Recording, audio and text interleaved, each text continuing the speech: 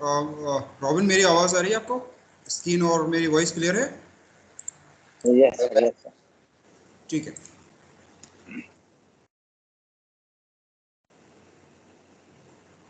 So basically अब आपको करना क्या है, एक थोड़ा सा लैब को थोड़ा एक्सटेंड करना है। अब तो हम क्या करेंगे, अब 2 या 3 लाइन बनाएंगे।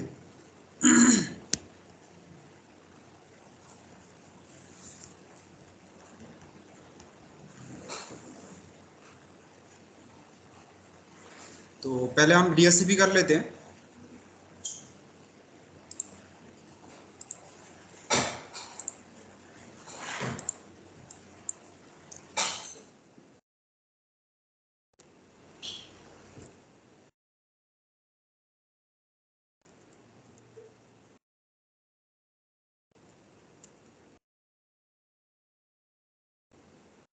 तो एक प्रोटोकॉल है जिसको बोलते हैं डीएससीपी।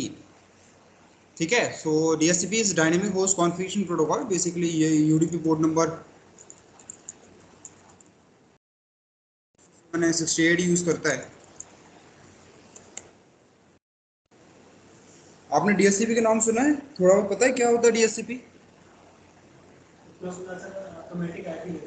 हाँ बिल्कुल। देखो, हर डिवाइस को आईपी चाहिए, right? Every device need the IP, right? Every device, every host लिख लो, एवरी होस्ट नीड आईपी। ठीक है। अब आईपी को देने के 2 तरीके हैं। फर्स्ट वन क्या है? मैन्युअली। मैन्युअली का मतलब क्या होगा? आप जाओ कंप्यूटर में, मैन्युअली आईपी एड्रेस बताओ, सबनेट मास्क बताओ, डिफॉल्ट गेटवे बताओ, डीएनएस एड्रेस बताओ, सब कुछ मैन्युअली आपको कॉन्फ़िगर करना पड़ेगा। दूसरा है हमारा डायनेमिकली। डायनेमिकली हम देते हैं वाया डीएससीपी। तो डीएससीपी एक प्रोटोकॉल है जिसका काम होता है डायनेमिक तरीके से डिवाइसेस को आईपी एड्रेस प्रोवाइड कराना, डायनेमिक तरीके से, राइट? ये डीएससीपी का काम होता है। अब हमें एस डीएस, अब देखो, चाहे आईपी मैन्युअली दें चाहे आप डीएससीपी से दें, आईपी आईपी होती है, इससे कोई फर्क नहीं पड़ता। अब जैसे आपका नाम है, चाहे आप खुद रखें चाहे आपके पेरेंट्स रखें, लेकिन आपका नाम नाम है, राइट? तो इससे कोई फर्क नहीं पड़ता चाहे आप मैन्युअली दें चाहे आप डीएससीपी से दें। बट अब इमेजिन करो कि एक ऑर्गेनाइजेशन में जहाँ पे बहुत सारे डिपार्टमेंट बैठे हुए हैं, कोई नॉन टेक्निकल डिपार्टमेंट है, एचआर डिपार्टमेंट, तो अगर आप डीएससीपी यूज नहीं करेंगे तो उनसे क्या बोलना पड़ेगा कि जब भी आप सुबह अपने कंप्यूटर यूज करें, अपने कंप्यूटर में ये आईपी दे, ये सबनेट मास्क दे, डिफॉल्ट गेटवे दे, डीएनएस दे। अब ये जो नॉन टेक्निकल डिपार्टमेंट है उसको उससे क्या लेने देना? उसको क्या चाहिए कि अब वो अपना कंप्यूटर चालू करे और इंटरनेट चालू हो जाए, मैं अपना काम करना स्टार्ट कर दूं, राइट? उनको इससे क्या मतलब कि कंप्यूटर में आईपी होती है, सबनेट मास्क होता है, डीएनएस होता है, उनको इससे कोई मतलब नहीं है। और वो नॉन टेक्निकल है, उनको समझ में आएगा भी नहीं। बात समझ में आया? तो हम क्या करते हैं, डीएससीपी के थ्रू आईपी डिस्ट्रीब्यूट करते हैं, डीएससीपी के थ्रू देते हैं। तो आपको करना क्या होता है, आपके नेटवर्क में एक किसी डिवाइस को ऐसे डीएससीपी सर्वर बनाना होता है, राइट? तो जो कि क्या करेगा, बाकी दूसरे जो डिवाइसेस हैं, लैपटॉप, डेस्कटॉप, सीसीटीवी कैमरा, कोई भी, उनको वो क्या करेगा, डायनेमिक तरीके से आईपी एड्रेस प्रोवाइड करेगा। समझ में आया थोड़ा डीएससीपी के क्या काम है? बेसिक डीएससीपी का अगर कोई पूछे व्हाट इज द डीएससीपी, तो DSCP use for provide the dynamic IP to the DSCP client. इसकी क्या होगी, डेफिनेशन होगी, राइट? सो अगर कोई इंटरव्यूअर पूछता है व्हाट इज द डीएससीपी, तो डीएससीपी प्रोवाइड डायनेमिक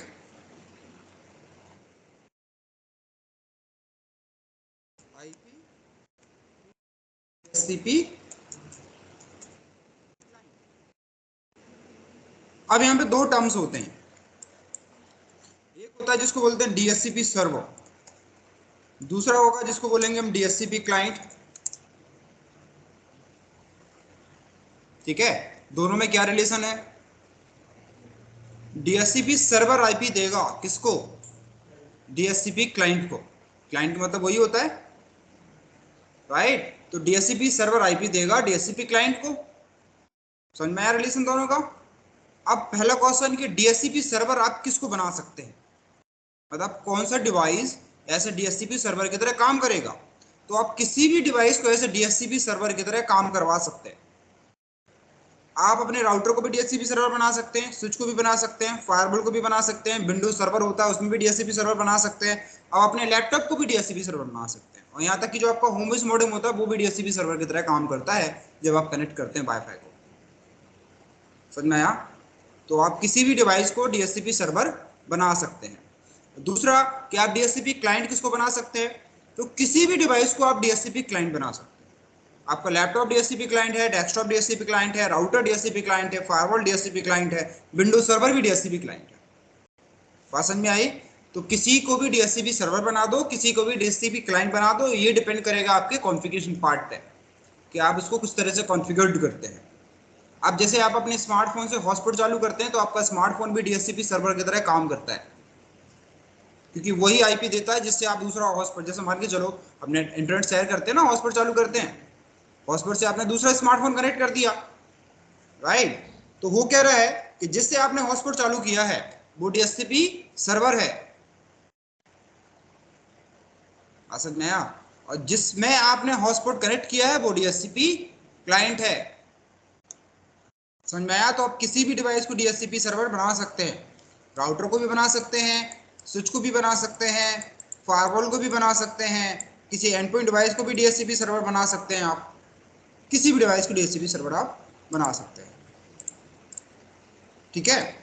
तो यहाँ पे मैं एक छोटी सी लैब बना रहा हूँ जिसमें एक छोटा सा हम एक राउटर लेते हैं और जस्ट टेक वन स्विच,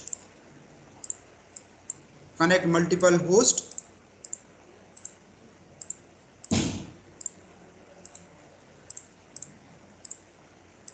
इनको कनेक्ट कर देते हैं।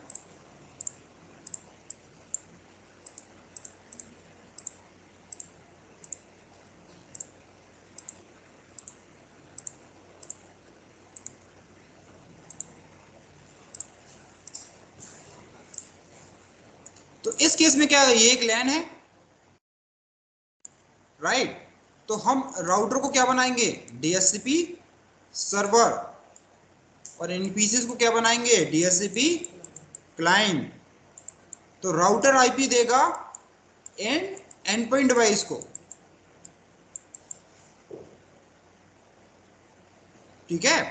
अब जैसे आपका वाईफाई मॉडेम होता है, जैसे आपका ये मान के चलो आपने वाईफाई मॉडेम है, आपने वाईफाई से एक स्मार्टफोन कनेक्टेड किया, अब अपने स्मार्टफोन में तो आईपी देते नहीं है, आईपी आ जाती है, तो आपका जो वाईफाई मॉडेम है वो किसकी तरह काम कर रहा है, डीएचसीपी सर्वर की तरह काम कर रहा है। और जिस स्मार्टफोन को आप कनेक्ट कर रहे हैं वाईफाई से वो डीएचसीपी क्लाइंट की तरह काम कर रहा है, ठीक है? अब ये कैसे पता चलेगा कि मुझे आईपी डीएचसीपी की से मिली या फिर स्टैटिक मिली? तो आप नेटवर्क एडिटर में जाओ, चेंज राउटर ऑप्शंस में जाओ, और जो भी मैं आपको देखना है प्रॉपर्टी में जाओ, IPv4 प्रॉपर्टी में जाओ। तो जब आप ऊपर क्लिक करेंगे, मैं जूम कर देता हूँ, जब आप ऊपर क्लिक करेंगे इस पे तो आईपी किससे मिलेगी, डीएचसीपी से मिलेगी। मतलब ये कौन सी आईपी होगी, डायनेमिक आईपी होगी। जब आप नीचे क्लिक करेंगे तो कौन सी आईपी होगी, मैन्युअली आईपी होगी। तो अभी मेरे सिस्टम को आईपी मिली हुई किससे मिली है, डीएचसीपी से। देखना है तो कौन सी आईपी मिली है, स्टेटस में जाओ एंड डिटेल में जाओ। तो दिस इज माय आईपी। तो ये जो आईपी है कहाँ से मिली मुझे, डीएचसीपी से मिली। समझ में आया? अब डीएचसीपी में अब हम ये देखते हैं, ये तो हमने देख लिया कि भाई डीएचसीपी क्या काम करता है।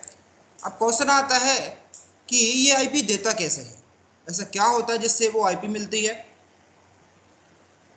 राइट? तो डीएचसीपी एक प्रोसेसर होता है जिसको बोलते हैं डोरा प्रोसेस। डोरा प्रोसेस के थ्रू वो आईपी एड्रेस प्रोवाइड कराता है, ठीक है? तो ये डोरा जो है इंपॉर्टेंट है डीएचसीपी में। मोस्ट ऑफ इंटरव्यू आपसे डोरा प्रोसेस ही पूछते हैं, ये नहीं पूछेंगे कि डीएचसीपी क्या होता है, क्योंकि सबको पता होता है डीएचसीपी क्या है, राइट? क्वेश्चन आता है कि डीएचसीपी आईपी देता कैसा है डीएचसीपी क्लाइंट को, ठीक है? सो इसको मैं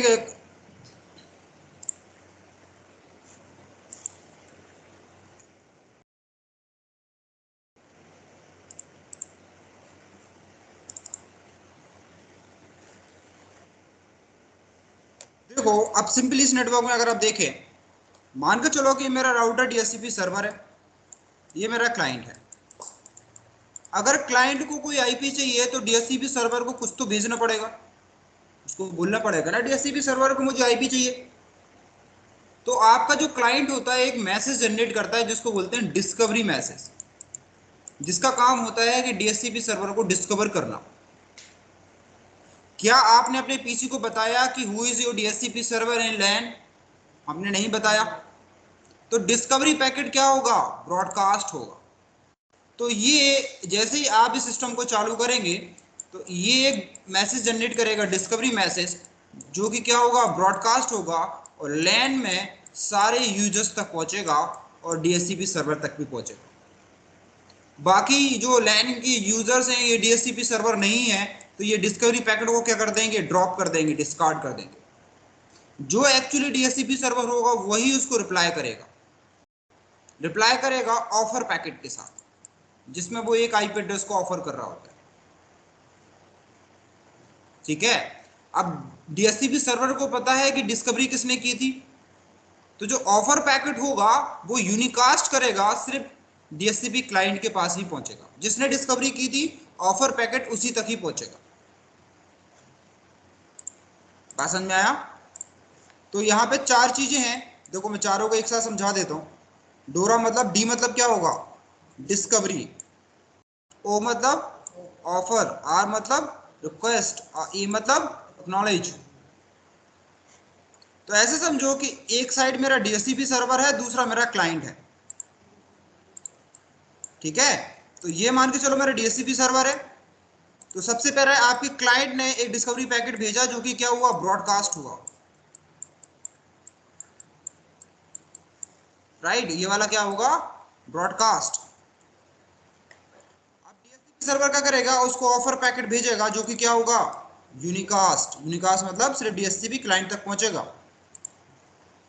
ऑफर पैकेट में वो एक आईपी एड्रेस को ऑफर करता है। ठीक है। कौन सी आईपी? जो उसकी पूल में से खाली होगी, उसमें से वो एक आईपी को ऑफर करता है। अब ऑफर के बाद वो भेजेगा request packet. Request packet again broadcast होगा। क्यों ब्रॉडकास्ट होगा? क्योंकि उसने आईपी को ऑफर किया, आईपी रखने को नहीं बोला, तो ये अगेन ब्रॉडकास्ट करेगा। देन डीएचसीपी सर्वर जैसे ही एक्नॉलेज करेगा, वो क्लाइंट अपने आप में आईपी एड्रेस को कॉन्फ़िगर्ड कर लेगा।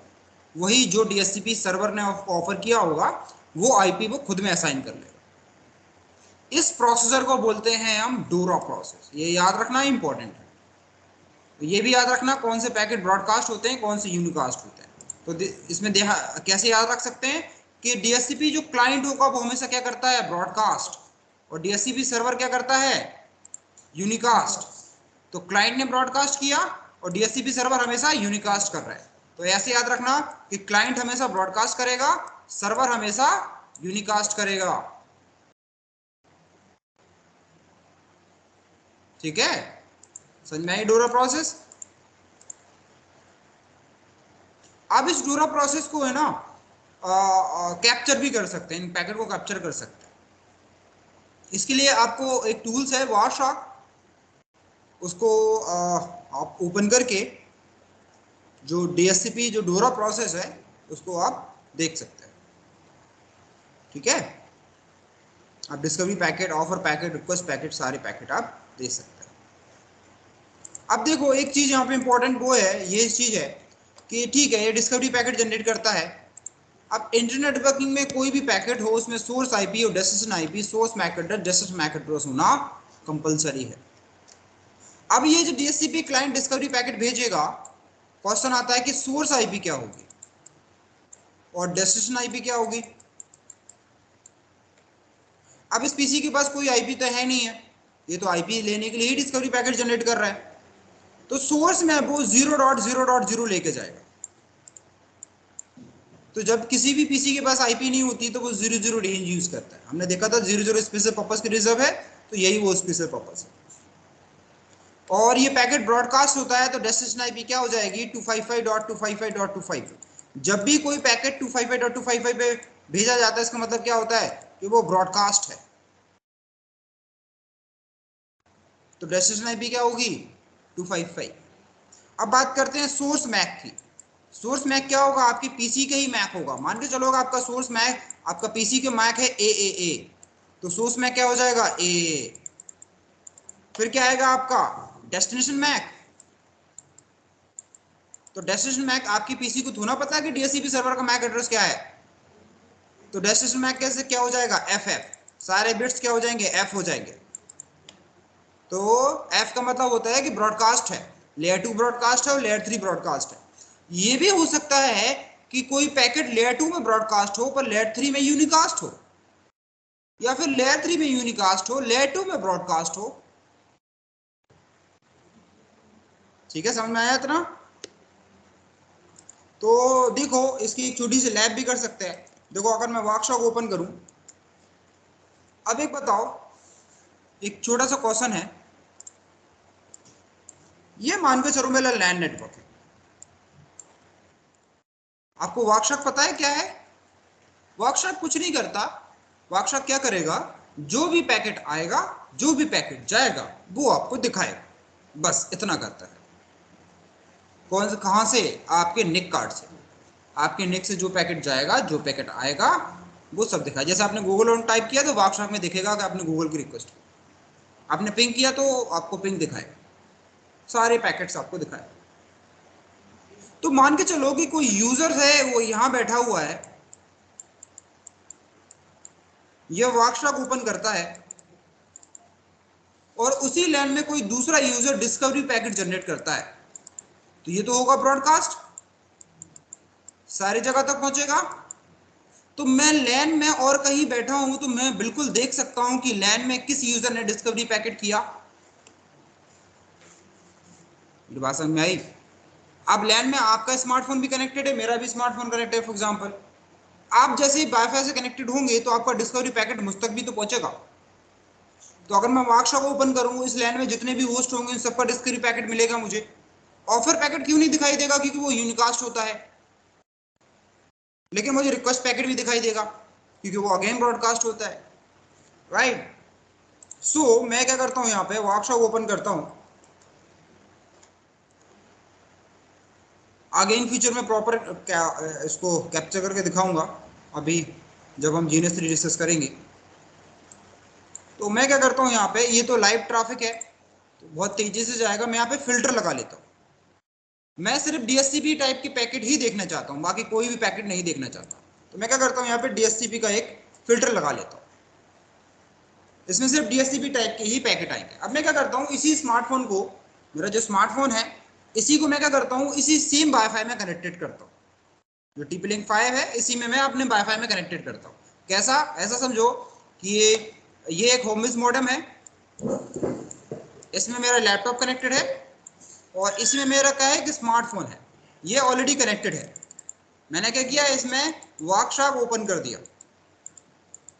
क्योंकि मैं अपने इंटरनेट को डिस्कनेक्ट करूंगा तो क्लास डिस्कनेक्ट हो जाएगी। अब मैं क्या करूंगा, अपना जो मेरा स्मार्टफोन है ये वाला, इसको मैं वाईफाई से कनेक्टेड करूंगा। जैसे कनेक्ट करूंगा मेरे पास जो मेरा स्मार्टफोन होगा एक डिस्कवरी पैकेट जनरेट करेगा। बात समझ में आया? ये किसी दूसरे ने किया होगा, डिस्कवरी पैकेट जनरेट करेगा, तो ये डिस्कवरी पैकेट मेरे सिस्टम पे तो पहुंचेगा और वर्कशॉप में मुझे दिखाई देगा। बात समझ में आई? ठीक है। अब देखो किसी ने यहाँ पे इस नेटवर्क में कनेक्ट किया होगा,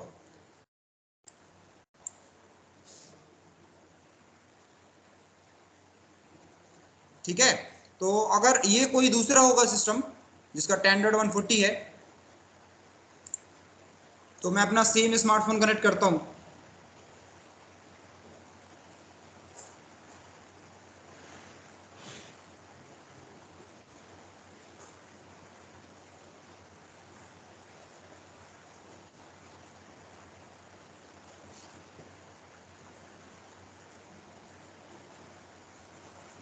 ठीक है। सो यहाँ पे आप देखें,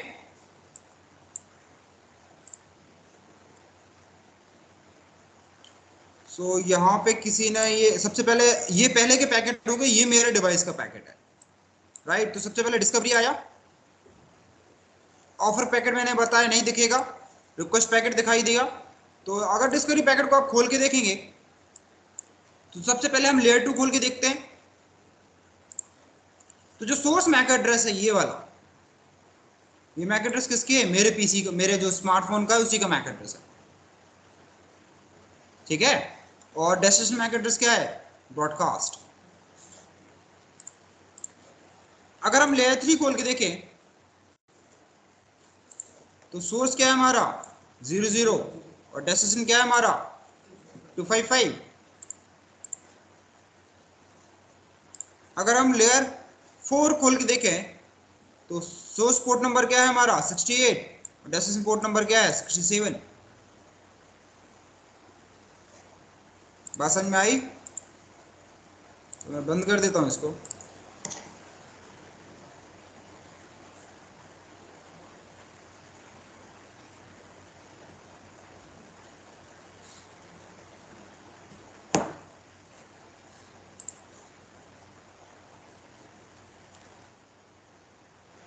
समझ में आया डीएससीपी? अब देखो, अब आते हैं कॉन्फ़िगरेशन पार्ट पे।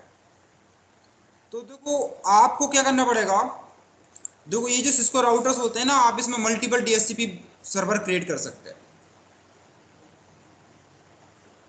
ठीक है। मल्टीपल डीएससीपी सर्वर क्रिएट कर सकते हैं।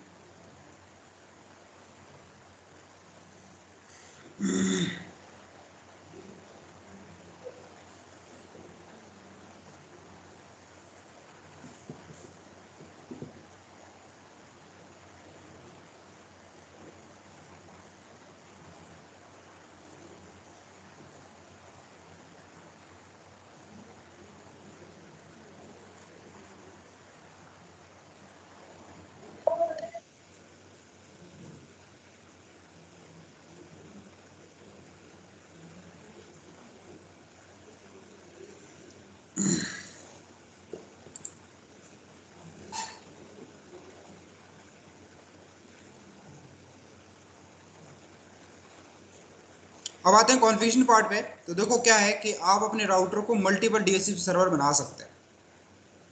अब ऐसे समझो कि आप राउटर में, जैसे आपके पास डिफरेंट डिपार्टमेंट है, एचआर, तो आपने एचआर के लिए डीएससीपी बना दिया एक, ठीक है, क्योंकि हम तो यही चाहते हैं ना कि हर डिपार्टमेंट को अलग अलग नेटवर्क में रखा जाए। उसी तरह मान के चलो कोई सेल्स डिपार्टमेंट है, उसके लिए आपने अलग डीएससीपी बना दिया, है ना। कोई आईटी डिपार्टमेंट है, उसके लिए अलग डीएससीपी सर्वर बनेगा। हर डिपार्टमेंट का अलग अलग डीएससीपी सर्वर बना सकते हैं आप, एक ही राउटर पे कर सकते हैं आप। जो आपका होम बेस मॉडेम होता है उसमें एक ही डीएससीपी सर्वर रन कर सकते हैं, लेकिन ये जो राउटर क्या है, मैनेजेबल राउटर है, आप इसमें मल्टीपल डीएससीपी सर्वर को क्रिएट कर सकते हैं, राइट। तो ये कैपेसिटी का थोड़ा फर्क है, क्योंकि इसमें ज़्यादा कैपेसिटी होती है, तो आप इसमें ज़्यादा कर सकते हैं। अब आप मल्टीपल डीएससीपी सर्वर बनाएंगे तो उनको रिकॉग्नाइज करने के लिए कुछ नाम तो देना पड़ेगा ना, कि भाई एचआर का डीएससीपी है, सेल्स का डीएससीपी है। तो सबसे पहले आपको यहाँ पे बनाना पड़ता है पूल, जिसको बोलेंगे आईपी डीएससीपी पूल, ठीक है। तो पूल बनाने के लिए सिंपल कमांड देनी होती है आपको, आईपी डीएससीपी पूल, और यहाँ पे आप कोई भी एक नाम दे सकते हैं। ये क्या है? एक नेम है। ये जो नेम होगा हमें खुद को समझने के लिए होगा कि ये जो डीएससीपी सर्वर है किसके लिए बना के रखा है। जैसे एचआर के लिए बना रखा है तो एचआर दे दिया, सेल्स के बना रखा है तो सेल्स दे दिया। अब हमें डीएससीपी मान के चलो कि मैंने इस इंटरफेस को ना 10.1 आईपी एड्रेस दे रखा है इन/24 में। मुझे डीएससीपी का रन करना है नीचे साइड, नीचे रन करना है, राइट। अब नीचे कौन सा नेटवर्क रन हो रहा है? नीचे 10.0 नेटवर्क रन हो रहा है। तो यही आपको डीएससीपी को बोलना पड़ेगा कि डीएससीपी कहां रन करना है। तो इधर नीचे लैन साइड नेटवर्क है 10.0, तो हम नेटवर्क कमांड करके 10.0 ही नेटवर्क देंगे यहाँ पे। तो सेकंड कमांड होती है जिसमें आपको बताना होता है कि आप डीएससीपी सर्वर कहां रन करना चाहते हैं, कहां आप डीएससीपी सर्वर आप रन करना चाहते हैं।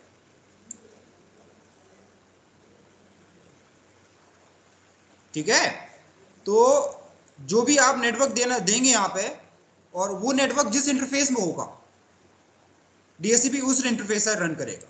जैसे मान के चलो कि यहाँ पे अगर मैं नेटवर्क दे देता लाइक 20.1 आईपी होती, तो नेटवर्क क्या होता है यहाँ पे 20.0, मतलब 192.168.20.0। तो यहाँ पे नेटवर्क कमांड के बाद क्या देते हैं हम 20.0। मतलब जिस लैन साइड आप डीएससीपी रन करना चाहते हैं आपको नेटवर्क में वही नेटवर्क देना है। तो नेटवर्क कमांड के थ्रू हम क्या बता रहे हैं कि डीएससीपी किस इंटरफेस साइड रन करना है। ठीक है, डीएससीपी आपको डिफॉल्ट गेटवे की भी इंफॉर्मेशन देता है।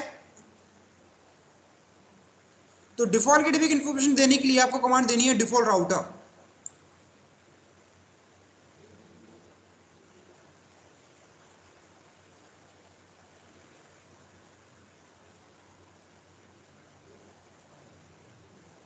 ठीक है, और जो भी आपका डिफॉल्ट गेटवे होगा वो यहाँ पे आपको मेंशन करना है। डिफॉल्ट गेटवे आपका राउटर का ही इंटरफेस होगा, तो जो राउटर में इंटरफेस दे रखा है वही आपका डिफॉल्ट गेटवे बनेगा।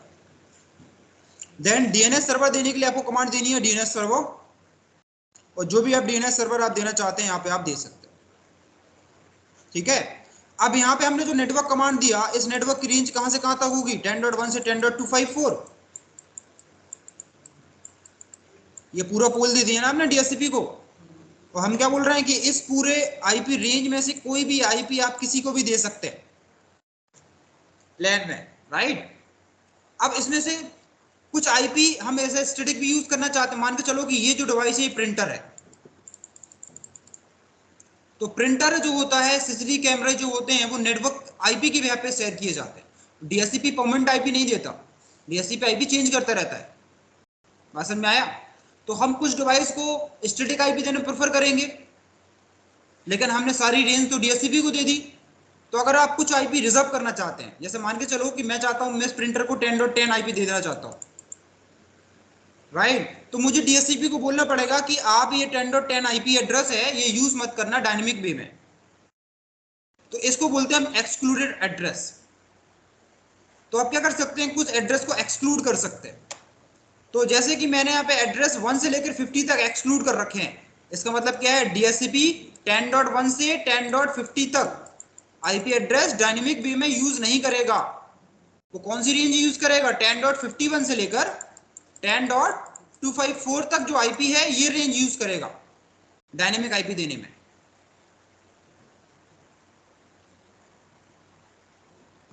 बात समझ में आई?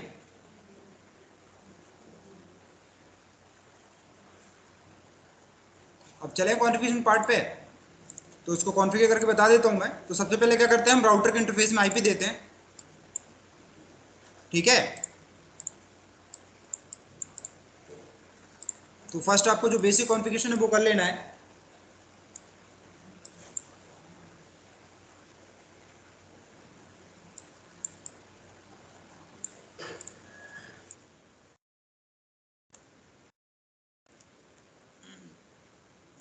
होस्ट नेम चेंज कर देता हूं।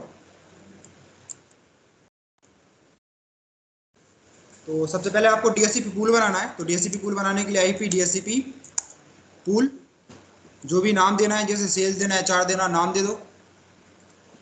सॉरी, पहले हम इंटरफेस में आईपी देना है। पहले हम इंटरफेस में आईपी देते हैं 0/0 में। किसी भी नेटवर्क में आईपी दे सकते हैं आप।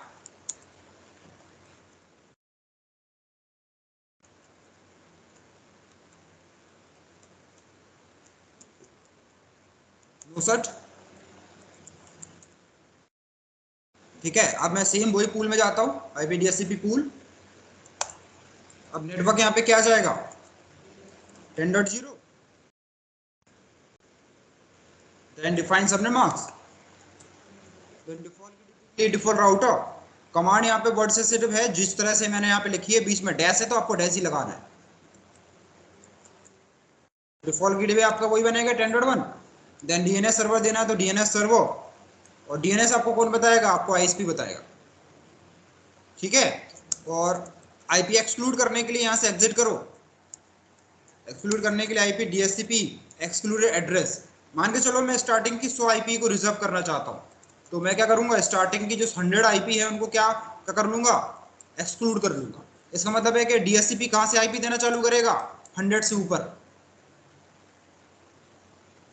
ठीक है, वेरीफाई करते हैं एंड पॉइंट डिवाइस में जाके, तो डिवाइस पे जाओ, डेस्कटॉप पे जाओ, आईपी कॉन्फ़िग पे जाओ। अब मुझे किस पे क्लिक करना पड़ेगा, डीएचसीपी पे। तो उसने दे दी आईपी 10.101। ठीक है, डिफॉल्ट गेटवे मिल गया और डीएनएस भी मिल गया। समझ में आया। उसी तरह आप दूसरी पीसी में भी जा सकते हैं, डेस्कटॉप पे जाओ, आईपी कॉन्फ़िग पे जाओ, डीएचसीपी भी दे दो। अब इसको 101 दिया तो उसको 102 दे देगा। ठीक है, देन उसी तरह आप नेक्स्ट पीसी में जा सकते हैं, इसको 103 दे दिया, इसको 104 दे दिया। बात समझाया, मतलब डीएससी पे हमारा काम कर रहा है। हो जाएगी आपसे ये लैब, 5-6 कमांड से केवल। आप जैसे ये कमांड देंगे तो आप राउटर को किसकी तरह काम करवा रहे हैं, डीएचसीपी सर्वर की तरह काम करवा रहे हैं आप। और डीएचसीपी हमेशा लैन में ही कॉन्फ़िगर होगा। आप ऐसा भी कर सकते हैं कि आप किसी एक दूसरे राउटर को डीएचसीपी सर्वर बना दो और किसी दूसरे राउटर को डिफॉल्ट गेटवे बना दो, ऐसा भी कर सकते हैं। जैसे मान के चलो कि मैं इसको कनेक्ट कर दूं, इसको मैं सर्वर बना दूं, ये मेरा डिफॉल्ट गेटवे बन जाए, ऐसा भी कर सकते हैं। ऐसा कुछ नहीं है कि जो डीएचसीपी सर्वर बनेगा वही डिफॉल्ट गेटवे बनेगा, आप अलग अलग भी कर सकते हैं। इतना हो जाएगा आपसे, ईजी है।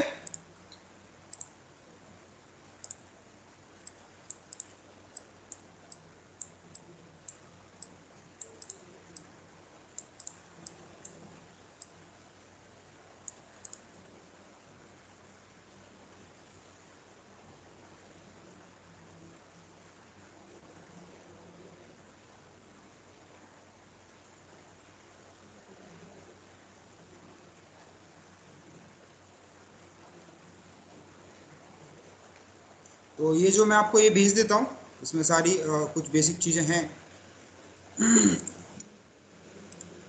इससे आपको कमांड की हेल्प मिल जाएगी।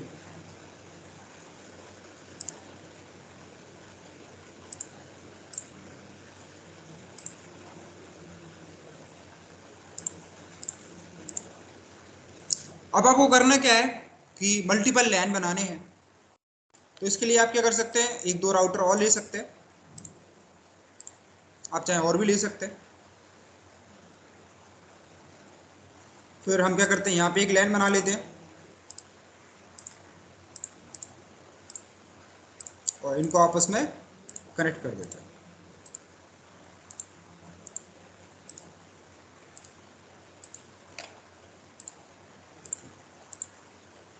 कुछ पीसी हटा देता हूँ मैं यहाँ से।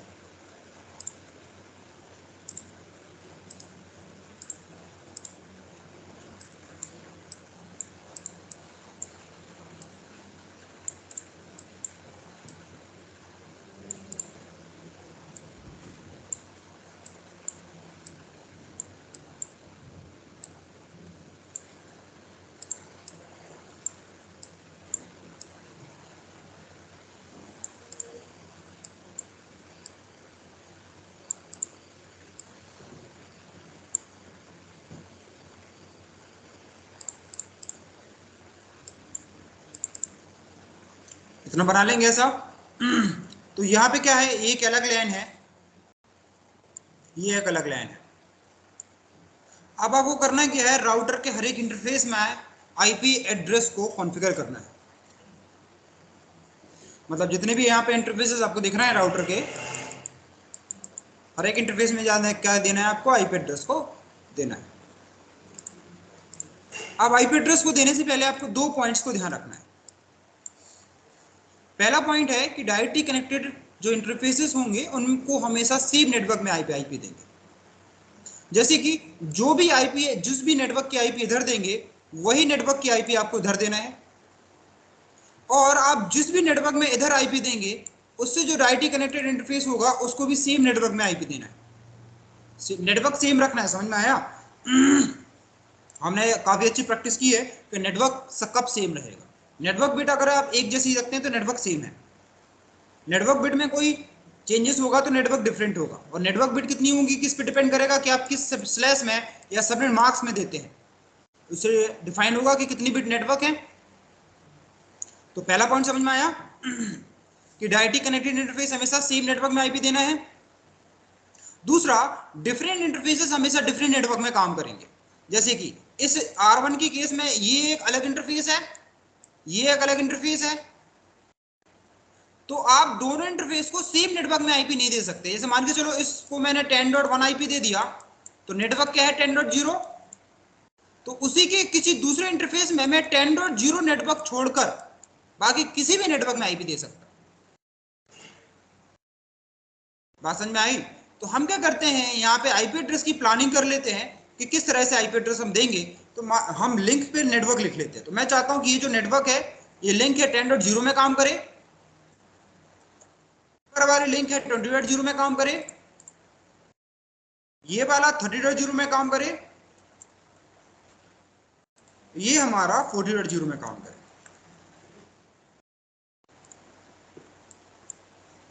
बात समझ में आई? ऐसा करने से क्या फायदा होगा कि देखो directly connected network same network में काम कर रहे हैं, इनको सेम रखना है, इनको सेम रखना है, इनको नेटवर्क सेम रखना है, ये दोनों को नेटवर्क सेम रखना है। बात समझ आए? जो जो मैंने गोल बना रखे हैं उनमें सेम नेटवर्क में आईपी देनी है। ठीक है? तो हम क्या करते हैं कि इस इंटरफेस को क्या आईपी दे देंगे 20.1, तो इस इंटरफेस को क्या आईपी दे सकते हैं 20.2। ठीक है? अब उसी तरह आप क्या करो, होस्ट पोर्शन राउटर के नंबर के हिसाब से ले लो। जैसे ये राउटर नंबर 1 है, ये राउटर नंबर 2 है, ये राउटर नंबर 3 है, तो इस इंटरफेस को क्या दे दो 30.2 दे दो। आप होस्ट पोर्शन कुछ भी रख सकते हैं, ये जो होस्ट पोर्शन है ना आप कुछ भी रख सकते हैं, लेकिन चीजों को ज्यादा कॉम्प्लेक्स ना करती हुए हम क्या करते हैं कि राउटर का होस्ट नेम के हिसाब से ही होस्ट पोर्शन दे देते हैं। जैसे राउटर नंबर 2 है तो उसको मैंने दे दिया 30.2। अब इस इंटरफेस को क्या दे देंगे हम 30.3, और इस इंटरफेस को क्या दे देंगे 40.3।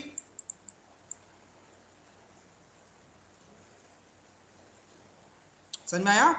तो हम क्या करेंगे, लिंक पे लिखेंगे नेटवर्क और होस्ट पोर्शन उसके राउटर के नंबर के हिसाब से दे देंगे। तो आपको करना क्या है, अब हर एक इंटरफेस में जाके जो आईपी एड्रेस है उसको कॉन्फ़िगर करना है।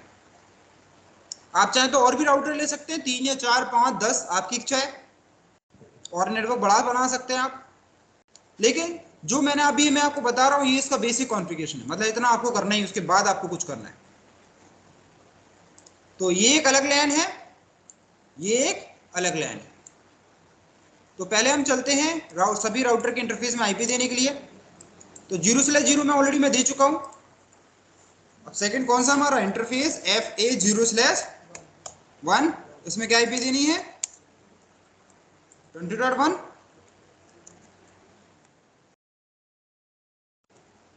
देन नो सच। सेम R2 में चलते हैं, आप हो गया है R1 configuration.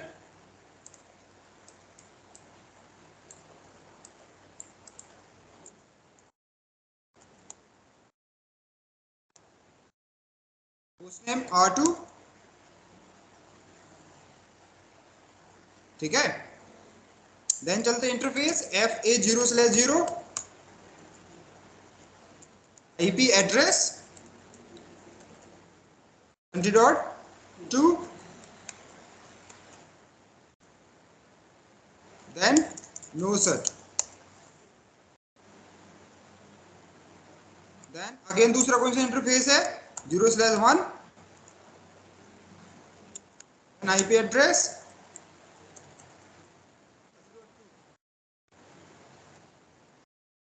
then define subnet marks, then no such।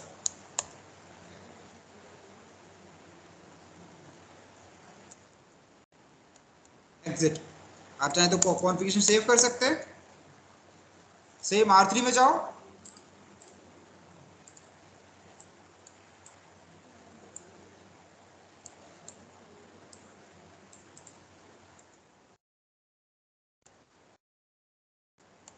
Config, host name R3, then interface में जाओ,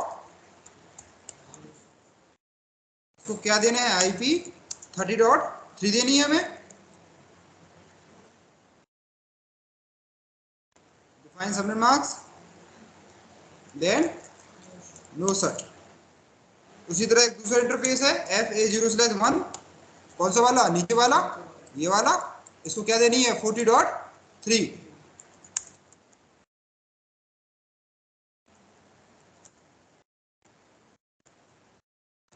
देन नो सच। हो जाएगा आपसे। अगर आप चाहते हैं कि नीचे DHCP रन करना, फॉर एग्जाम्पल अगर आप इधर DHCP रन करना चाहते हैं तो DHCP में कौन सा नेटवर्क देंगे आप, 4280, क्योंकि इस इंटरफेस में 4280 नेटवर्क है। तो आप चाहें तो इस पर भी एक DHCP कॉन्फ़िगर कर सकते हैं और इस पीसी को DHCP से IP दे सकते हैं। तो मैं क्या करता हूँ, DHCP कॉन्फ़िगर कर देता हूँ, पर डिफॉल्ट भी क्या बनेगा, 40.3, क्योंकि हमने इस इंटरफेस में तो 40.3 दे रखी ना। ठीक है, तो सेम IP DHCP पूल, यहाँ पे मान के चलो IT डिपार्टमेंट है तो IT दे दो, नेटवर्क होगा 40.0, देन डिफॉल्ट राउट, क्या होगा डिफॉल्ट राउट, 40.3, जो भी देना है आपको करना है तो IP DHCP एक्सक्लूडेड एड्रेस, जो भी रेंज आप रिजर्व करना चाहते हैं वो रिजर्व कर लो। जैसे मान के चलो मैं 10 तक रिजर्व करना चाहता हूँ तो वो IP 11 से देना चालू करेगा। ठीक है, तो वेरीफाई करना है तो इस पीसी में जाओ, डेस्कटॉप पे जाओ, IP कॉन्फ़िग पे जाओ, DHCP पे क्लिक करो, उसने दे दिया 10.11। ईजी है, समझ में आया DHCP कॉन्फ़िगर करना, और इस तरह का लैन बना पाएंगे आप। अब हम ये देखते हैं कि क्या मैं इस लैन से इस लैन को पिंग कर पा रहा हूं, क्या इन दोनों के बीच में रीचेबिलिटी है या नहीं है, ये हम थोड़ा सा चेक कर लेते हैं। राइट, तो मैं क्या करता हूं, इस पीसी से पिंग करता हूं और देखता हूं मैं कहां कहां तक पिंग कर सकता हूं। हमने एक बार डिस्कस किया था शायद पिंग क्या होता है, किस तरह से काम करता है, नहीं किया अभी, कर लिया आई थिंक, ICMP पिंग है ना। तो पीसी में जाता हूं मैं, टर्मिनल खोलता हूं, तो कमांड प्रॉम्प्ट, पहले हम डिफॉल्ट गेटवे को पिंग करते हैं, तो definitely no doubt default gateway ping करेगा।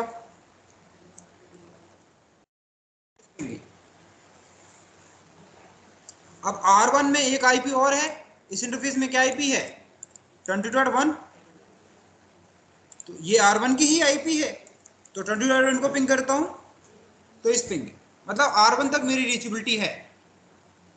अब हम क्या करते हैं, R2 को पिंग करते हैं, जैसे कि R2 में कौन सी IP थी, 30.2 है, राइट। तो क्या बोल रहा है वो, डेस्टिनेशन होस्ट अनरीचेबल, क्या बोल रहा है कि मुझे नहीं पता डेस्टिनेशन कहां पे है। उसी तरह हम लाइक 40.3 को पिंग करने की कोशिश करते हैं, ये भी पिंग नहीं कर रहा, और एंड टू एंड पिंग करते हैं, उसको क्या दे रखी थी, 40.11, ये भी पिंग नहीं कर रहा। बात समझ में आई, इसका मतलब है कि हमारे लैन की रीचेबिलिटी सिर्फ कहां तक है, सिर्फ डिफॉल्ट गेटवे तक है। आप इन पीसी को ना इसको पिंग कर पा रहे हैं, ना इसको पिंग कर पा रहे हैं आप, ना आप एंड टू एंड पिंग कर पा रहे हैं। सेम प्रोसीजर इधर से भी होगा, ये पीसी सिर्फ अपने डिफॉल्ट गेटवे को ही पिंग कर पाएगा, बाकी ना इस राउटर को पिंग कर पाएगा, ना वो इसको पिंग कर पाएगा, ना वो एंड टू एंड पिंग कर पाएगा।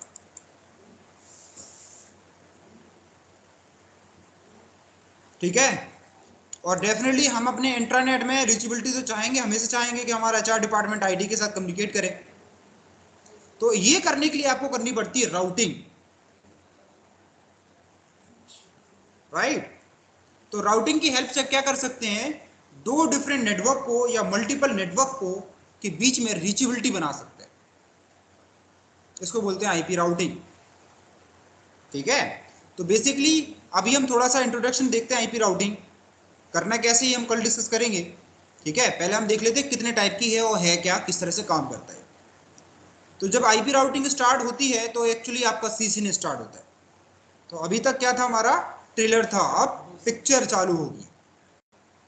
ठीक है, अभी तक हमने क्या किया था, अपने आप को उतना कैपेबल बनाया था ताकि हम राउटिंग समझ सकें कि राउटिंग है क्या, क्यों यूज करें हम इसको।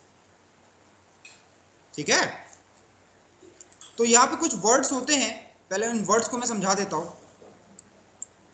पहला होता है जिसको बोलेंगे हम राउटिंग प्रोटोकॉल।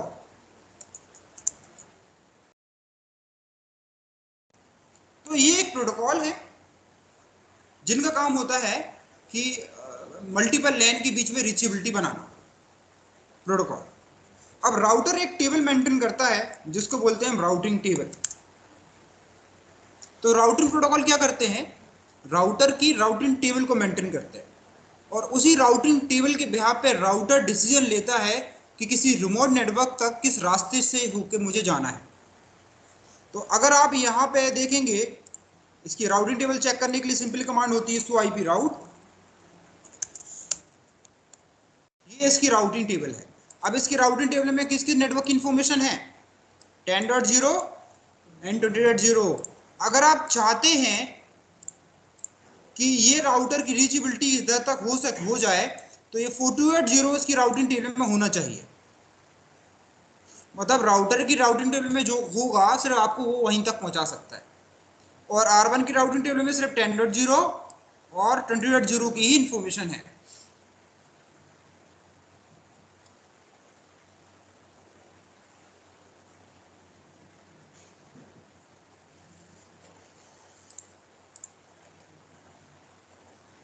समझ में आया? तो थोड़ा सा हम देख लेते हैं।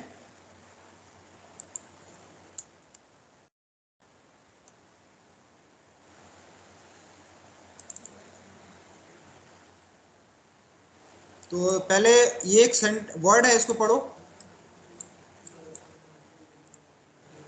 ये दोनों पॉइंट्स।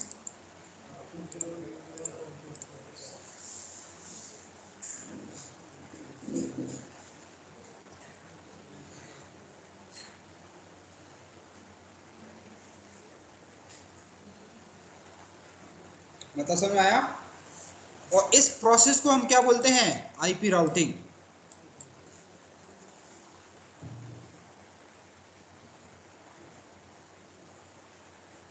ठीक है, तो राउटर एक टेबल मेंटेन करता है, कौन सी टेबल, राउटिंग टेबल। उस राउटिंग टेबल से क्या होता है कि राउटर एक रिमोट नेटवर्क पे जाने का रास्ता पता करता है।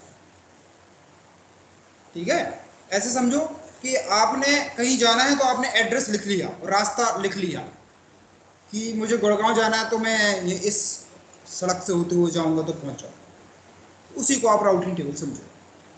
तो राउटर एक टेबल मेंटेन करता है जिससे वो एक रिमोट नेटवर्क तक जाने का रास्ता पता करता है, और ये जो रास्ता है, जो राउटिंग टेबल है, ये राउटिंग प्रोटोकॉल बिल्ड करता है। तो अब हम देखते हैं कितने टाइप के राउटिंग प्रोटोकॉल्स हैं।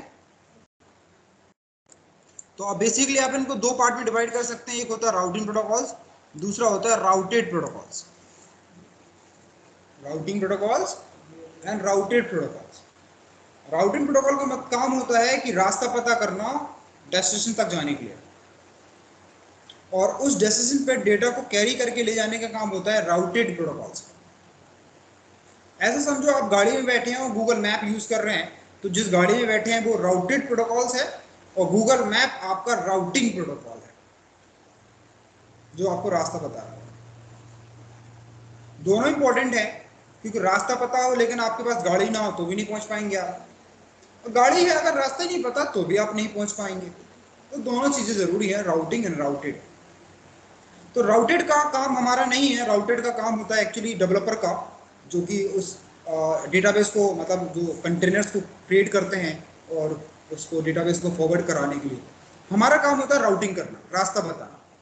समझ में आया? ऐसा समझो कि गाड़ी को बनाने का काम है डेवलपर टीम का, उस गाड़ी को रास्ता दिखाने का काम है नेटवर्क टीम का। राइट? तो आपको स्टार्टिंग बताया था कि एप्लीकेशन डेटा ट्रैफिक जनरेट करेंगी और उसी एप्लीकेशन को उस एप्लीकेशन के डेटा ट्रैफिक को सही डेस्टिनेशन तक डिलीवर करने का काम नेटवर्क का होता है। तो network is responsible for all the traffic generated by the applications. Application जो भी डेटा ट्रैफिक जनरेट करेंगे, नेटवर्क उसके लिए रिस्पॉन्सिबल है डेस्टिनेशन तक उसको ले जाने के लिए। राइट, दोनों इंपॉर्टेंट है, क्योंकि अगर आपके पास नेटवर्क नहीं है तो एप्लीकेशन कुछ नहीं कर सकती, और आपके पास नेटवर्क है तो बिना एप्लीकेशन के नेटवर्क किसी काम का नहीं है। ठीक है, हेलो,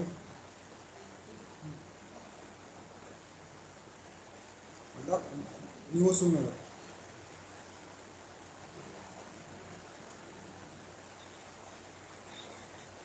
पास में ही है, दूर से लोकेशन बोल मंगा लेने को बोलेगा।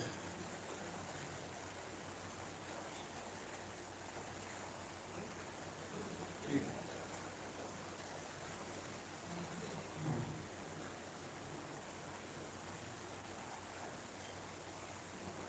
ठीक है, तो राउटिंग प्रोटोकॉल पे हम थोड़ा सा डिस्कस कर लेते हैं। तो राउटिंग प्रोटोकॉल दो पार्ट में आप डिवाइड कर सकते हैं। पहला है मैनुअल राउटिंग,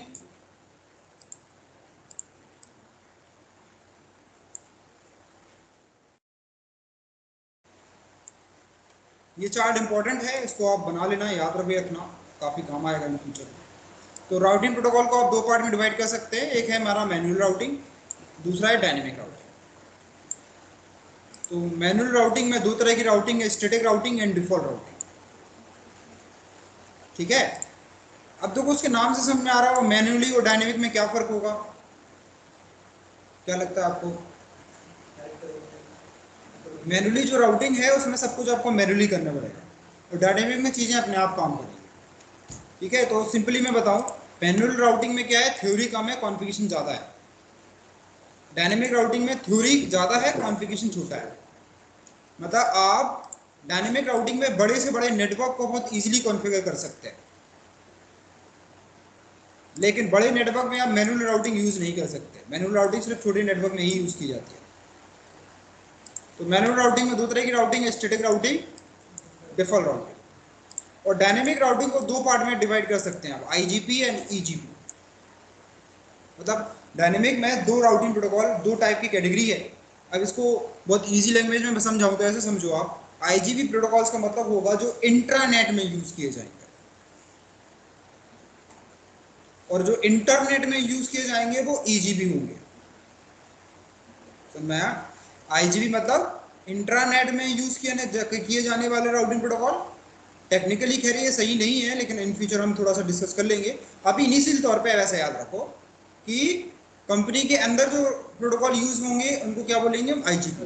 कंपनी के बाहर कौन सा नेटवर्क है हमारा, इंटरनेट है, आईएसपी है, तो इंटरनेट में कौन सा प्रोटोकॉल यूज करेंगे हम, ईजीपी।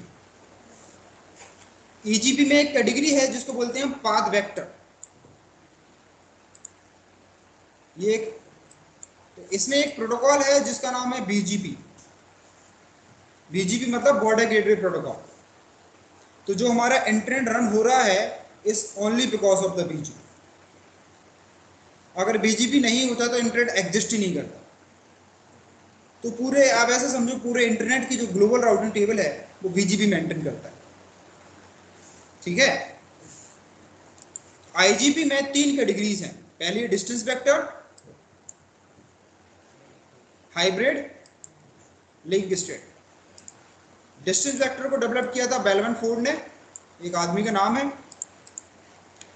इस पे कुछ प्रोटोकॉल्स काम करते हैं, जैसे रिपेंजी। तो ये क्या है, प्रोटोकॉल है जो कि डिस्टेंस वेक्टर एल्गोरिथम को यूज करते हैं अपना बेस्ट पाथ कैलकुलेट करने के लिए। ठीक है, दूसरा है हमारा हाइब्रिड। हाइब्रिड बेसिकली सिस्को ने बनाया था। हाइब्रिड का मतलब होता है मिक्सअप। तो सिस्को ने क्या किया, डिस्टेंस वेक्टर और लिंक स्टेट दोनों को मिक्स कर दिया और एक न्यू एल्गोरिथम बना दी, हाइब्रिड ड्यूअल हम जिसको बोलते हैं। इस पे एक प्रोटोकॉल है जिसको बोलते हैं EIGRP। ये जो EIGRP है ये हाइब्रिड कैटेगरी का प्रोटोकॉल है। थर्ड है हमारा लिंक स्टेट, इसको हम SPF भी बोल देते हैं, शॉर्टेस्ट पाथ फर्स्ट। इस पे और डायक्स्ट्रा एक आदमी का नाम है तो डायक्स्ट्रा एक एल्गोरिथम है जिसपे ये जो प्रोटोकॉल हैं ये काम करते हैं, जैसे OSPF और ISIS। ठीक है, ये ईरान वाला ISIS नहीं है। ISIS मतलब intermediate system to intermediate system, वो इस पे भी ओपन सॉर्टेड पाथ फर्स्ट। ठीक है, तो ये सारे राउटिंग प्रोटोकॉल हैं जो कि स्टेप बाय स्टेप हम धीरे धीरे देखेंगे सबको। सब नहीं, इसमें हम बेसिकली BGP नहीं देखेंगे, राइट, ना ही आप EIGRP देखेंगे क्योंकि आपके सिलेबस का पार्ट नहीं है। हम OSPF देखेंगे, RIP देखेंगे और स्टैटिक एंड डिफॉल्ट राउटिंग देखेंगे। तो ISI से नहीं है आपके सिलेबस में, BGP नहीं है और EIGRP नहीं है आपके सिलेबस में। ये आप जब CCNP लेवल करेंगे तो CCNP लेवल में आप देखेंगे। ठीक है, क्योंकि जो BGP है बहुत बड़ा प्रोटोकॉल, आप इसी अंदर लगा लो तकरीबन 1 मंथ सिर्फ BGP चलता है। मतलब जितना आपने CCNA पूरा सिलेबस है ना आपका, सिर्फ उतने सिलेबस में सिर्फ एक प्रोटोकॉल को ही पढ़ते हैं। मतलब जितना CCNA का सिलेबस है उससे बड़ा सिलेबस सिर्फ BGP का है। मतलब BGP ज्यादा टाइम लेगा पूरे एंटायर CCNA सीखने से ज्यादा। तो इसी से बात से समझ सकते हैं कि ये कितना बड़ा है, राइट। ये बहुत कॉम्प्लेक्स है। क्यों कॉम्प्लेक्स है? कि भाई पूरे इंटरनेट की ग्लोबल टेबल को मेंटेन करके रखा है इसने। आप google.com टाइप कर रहे हैं तो गूगल तक का जो पाथ है वो BGP बताता है आपको। राउटर को BGP बताएगा कि इस रास्ते से जाएंगे तो आप गूगल तक पहुंच जाएंगे, इस रास्ते से जाएंगे तो आप फेसबुक पहुंच जाएंगे। बात समझ में आया? तो जो पूरे इंटरनेट को संभाल के रखा है वो खुद में कितना बड़ा होगा। बात समझ में आया? इसलिए बहुत ज्यादा कॉम्प्लेक्स है। ठीक है, सिर्फ 3 टॉपिक ऐसे हैं जो BGP, MPLS एंड QoS, सिर्फ इन 3 टॉपिक से पे ही पूरा ISP डिपेंडेंट होता है। और अगर आपने 3 टॉपिक कर लिया तो आपको खुद का इंटरनेट बना सकते हैं।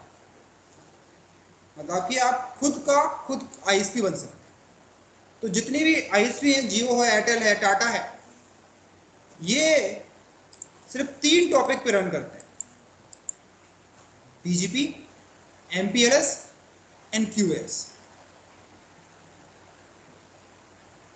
ठीक है, जिससे पूरा पूरा कोई भी ISP हो 3 टॉपिक पे डिपेंडेंट है। तो आप समझ सकते हैं बहुत बड़े टॉपिक होंगे, राइट, जिसपे पूरा सर्विस प्रोवाइडर रिलाय कर रहा है, तो वो खुद में कितने बड़े होंगे। ठीक है, बट अनफॉर्चुनेटली ये हमारे CCNA का पार्ट नहीं है। अगर ये CCNA का पार्ट होता तो CCNA 1 साल का सिलेबस होता। ठीक है, 1 साल में हम CCNA करते हैं अगर ये CCNA में ऐड कर देते। यही रीजन है कि कुछ टॉपिक CCNA में है और रिमेनिंग टॉपिक CCI में है। जैसे कि MPLS और QoS CCNP में है पर पूरा नहीं है, BGP भी पूरा नहीं है, मतलब कुछ पार्ट BGP का दे रखा है। आप सब चीजें किस में सीखेंगे? जब आप CCI करेंगे। तो CCI करेंगे तो आप इन्हीं टॉपिक पे फोकस करते हैं। ठीक है, यही आपके कोर टॉपिक होते हैं CCI के लिए, और इन्हीं टॉपिक को करने करने में आपको 1-1.5 साल लग जाता है। जैसे आप पूरा ग्रेजुएशन में जितना टाइम लगाते हैं ना पढ़ने में, उतना पूरा टाइम सिर्फ इन 4-5 टॉपिक्स में लगेगा। ये इतने खुद में इतने बड़े हैं।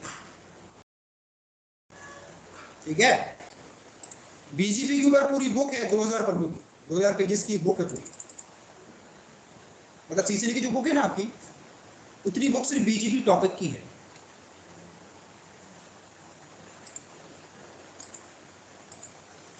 थोड़ा सा समझ में आया what is the routing protocol? अगर मैं पूछूं what is the routing protocol, क्या करते हैं राउटिंग प्रोटोकॉल, क्यों यूज करा मैं इसको?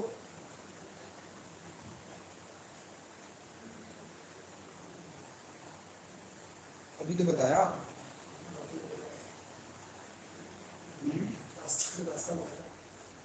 हाँ, आज कोई पूछे what is the routing protocol, तो routing protocol build a routing table of the router. Routing protocol router की राउटिंग टेबल को बनाता है, और राउटर राउटिंग टेबल की हेल्प से पता करता है कि किसी रिमोट नेटवर्क पे किस रास्ते से होके जाना है। आप समझ में आया? अगर पूछो अब क्या है राउटिंग प्रोटोकॉल बताओ।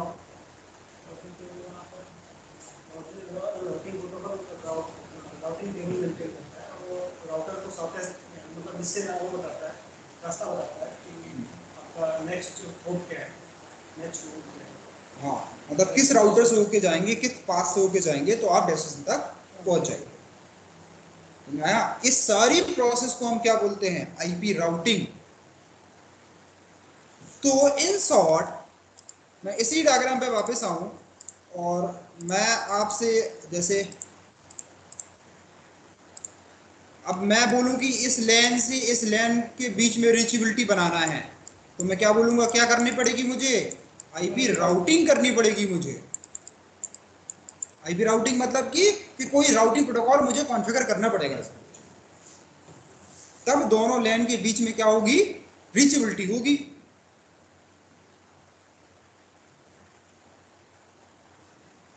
पॉइंट समझ में आया?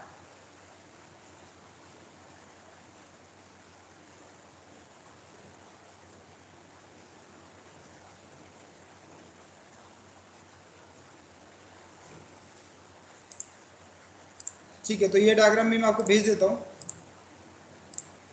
इसको संभाल के रखना, मतलब इसको भले याद कर लो, बहुत ज़रूरी है ये।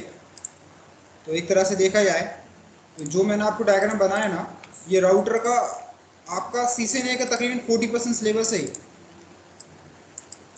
तकरीबन 40% जो है ना, यही है आपका टॉपिक, 30 से 40%। तो आप इमेजिन कर सकते हैं बहुत बड़ा वेटेज जो है वो राउटिंग का है, राइट। तो इसमें थोड़ा सा टाइम लगेगा, तो आने वाले तो ये मान के चलो 15-20 दिन तक हम जो राउटिंग है उसी को ही डिस्कस करेंगे, ठीक है। स्टेप बाय स्टेप हम सारे टॉपिक्स को, जैसे हम कल स्टैटिक राउटिंग देखेंगे, तो कल आप अपनी लैब कर लेना, मतलब आप कल लैब नहीं, कल हम थ्योरी रखते हैं, राइट। तो कल मैं आपको स्टैटिक राउटिंग करके दिखाता हूँ, और आप उसके बाद आपके पास 3 दिन का ऑफ है, तो आराम से आप लैब कर सकते हैं, ठीक है। क्योंकि आज हमने सिर्फ DSCP देखा और छोटी सी लैब की, कर जरूर लेना, क्योंकि देखो पर डे कुछ ना कुछ नया होगा। अगर आपने कुछ चीज़ें नहीं की तो आपको नेक्स्ट क्लास में बहुत मुश्किल हो जाएगी, क्योंकि आप खुद ही देख रहे होंगे कि पर डे कुछ ना कुछ नया होता है और आगे बढ़ता रहता है सिलेबस। तो अगर आप प्रैक्टिस और रिवाइज नहीं करेंगे तो आप पुराना भूल जाएंगे, और हर टॉपिक आपस में डिपेंडेंट है ना। जैसे अगर आपको आईपी एड्रेस नहीं आता तो कॉन्फ़िगर कैसे करते हैं आप, बेसिक कमांड नहीं आती तो DSCP कैसे कॉन्फ़िगर करेंगे। तो हर टॉपिक जरूरी है, ऐसा नहीं है कि आप कोई टॉपिक छोड़ सकते हैं, आप कुछ भी नहीं छोड़ सकते, सब एक दूसरे पे डिपेंडेंट होते हैं, ठीक है। तो आई थिंक मुझे लगता है आज के लिए सफिशिएंट है, और कल हम क्या देखेंगे, अपनी राउटिंग को स्टार्ट करेंगे, और कल हम स्टैटिक राउटिंग स्टार्ट करेंगे। जो फर्स्ट है मैन्युअली में स्टैटिक राउटिंग को स्टार्ट करें। तो कल क्लास मिस मत करना, अगर आपने कल क्लास मिस की स्टैटिक राउटिंग आपकी मिस हो जाएगी, ठीक है। तो बाकी फिर हम कल डिस्कस करेंगे, ठीक है। कोई क्वेश्चन हो तो पूछ लो, बाकी आज के लिए सब कुछ है।